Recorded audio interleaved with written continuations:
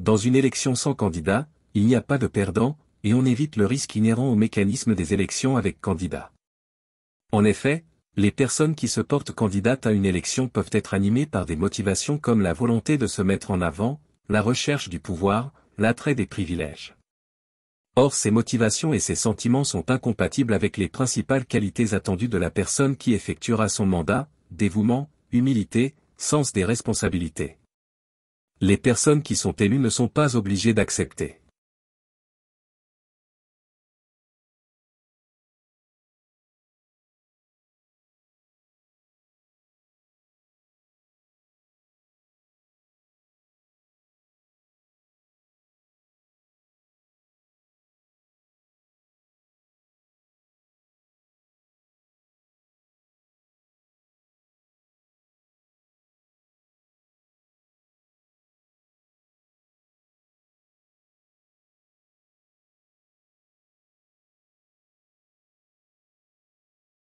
Définir la fonction consiste à clarifier les missions afférentes au poste.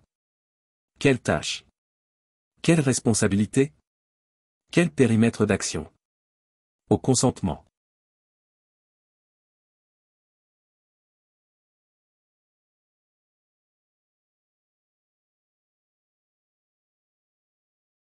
Quels seraient les critères pour pouvoir être capable de réaliser ces missions ou remplir la fonction? Qualité? Compétence?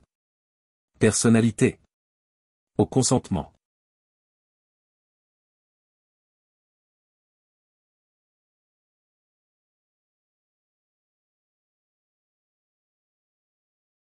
Durée du mandat? À quelle fréquence auront lieu les réunions? Combien de temps dureront-elles? Au consentement.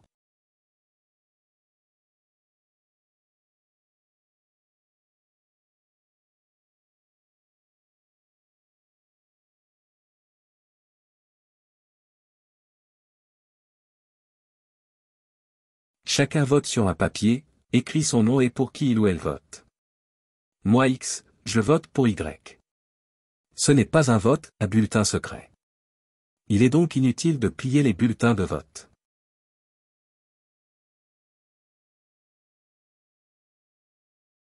X, tu as voté pour Y, peux-tu nous dire pourquoi?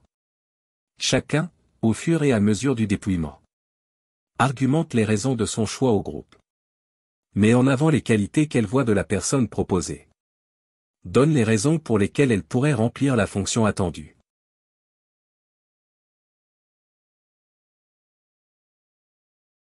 À l'écoute des arguments, qui souhaite reporter sa voix? Chacun peut, s'il ou elle le souhaite, reporter sa voix vers une autre personne ayant été proposée. Ce n'est pas obligatoire. La personne qui effectue un report argumente son réajustement. Si une personne n'obtient plus de voix à la fin de cette étape, elle ne sera plus éligible pour la suite du processus.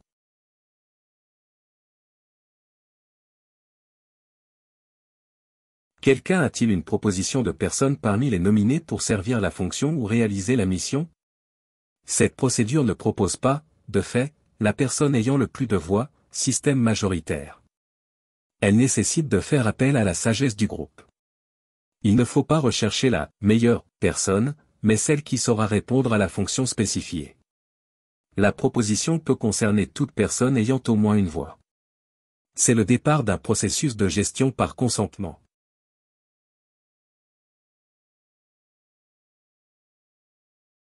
Tour de parole pour savoir s'il y a des objections à ce que la personne proposée soit élue à la fonction. Les objections ne sont pas formulées contre la personne. Les objections ne marquent pas le fait d'une préférence pour une autre personne. Dans un premier temps, est juste évaluer le nombre d'objections.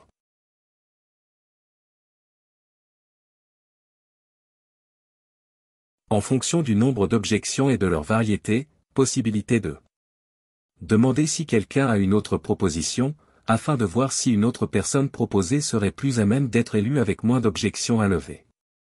Traiter là où les objections une par une. Les objections sont devenues celles du groupe. La discussion est libre, chacun peut apporter des solutions dans le but de lever l'objection traitée.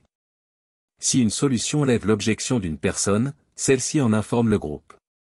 Quand toutes les objections sont levées, la personne proposée doit dire enfin si elle a une objection à être élue. Si non, la proposition est adoptée. Il n'y a plus d'objection, c'est le consentement mutuel. La personne est élue. Allez en célébration. Si oui, traitez l'objection. Si l'objection argumentée est non levable, demandez une autre proposition.